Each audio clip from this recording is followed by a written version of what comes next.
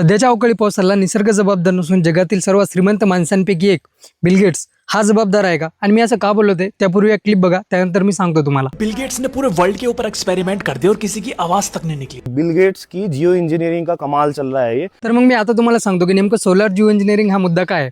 तर बघा, हा सोलार जिओ इंजिनिअरिंगचा कॉन्सेप्ट कशासाठी यूज करतात की आता जी बघा सध्या उष्णता खूप वाढली आहे उन्हाळ्याची, तर सगळ्या पृथ्वी तलावरती ही उष्णता कमी करण्यासाठी हा जे सोलार जिओ इंजिनिअरिंगचा कॉन्सेप्ट आहे तो वापरतात. तो कसा काम करतो, तर काय करतात, सल्फर सोडतात ढगांमध्ये. त्यामुळे काय होतं, ढगांची अशी एक दाट परत आपल्या वातावरणाच्या वरती होते. त्यामुळे काय होतं, सूर्याचे जे किरण आहेत त्या ढगांना लागतात आणि परत ते अवकाशात जातात. त्यामुळे काय होतं, उष्णता कमी होते. पण त्याचे दुष्परिणाम पण आहेत काही. तर मग आता बोलू त्याचे दुष्परिणाम काय आहेत. बघा, त्याचे दुष्परिणाम जे सर्वात मोठे मी तुम्हाला म्हणलं पाऊस पडण्याचं कारण हा एक सर्वात मोठा दुष्परिणाम आहे त्याचा.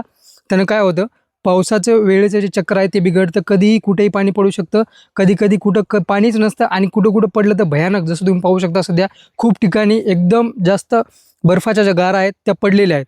ते याचा एक परिणाम असू शकतं. अजून त्यानं काय होऊ शकतं, ज्या माणसांना अस्थमा आहे, श्वास घेण्याचे प्रॉब्लेम आहेत ते अजून जास्त वाढू शकतात. आणि तुमच्याकडे पण जर अतिवृष्टी झाली असेल तर मला कोणत्या जिल्ह्यात झाली हे कमेंट करून नक्की सांगा. आता यामध्ये भरपूर कॉन्सेप्ट आहेत. क्लाउड सेडिंगचा आहे, तर मी शॉर्ट व्हिडिओमध्ये नाही कव्हर करू शकत.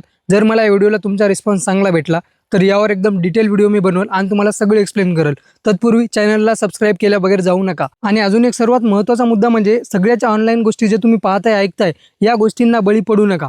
आता पाणी पडतंय, वातावरणात बदल झालाय म्हणजे 100% यामध्ये सरकारचाच हात आहे असं आपण म्हणू शकत नाहीत. मी म्हणत नाही की सरकारचा काही हात नसेल, असेलही, पण जोपर्यंत आपल्याला काही प्रूफ भेटत नाही ते असं कुणाला जज करणं योग्य नाही. त्यामुळे असं काही तुम्ही सगळ्या गोष्टी ऐकून असं समजू नका की यामध्ये गव्हर्नमेंटचाच हात आहे.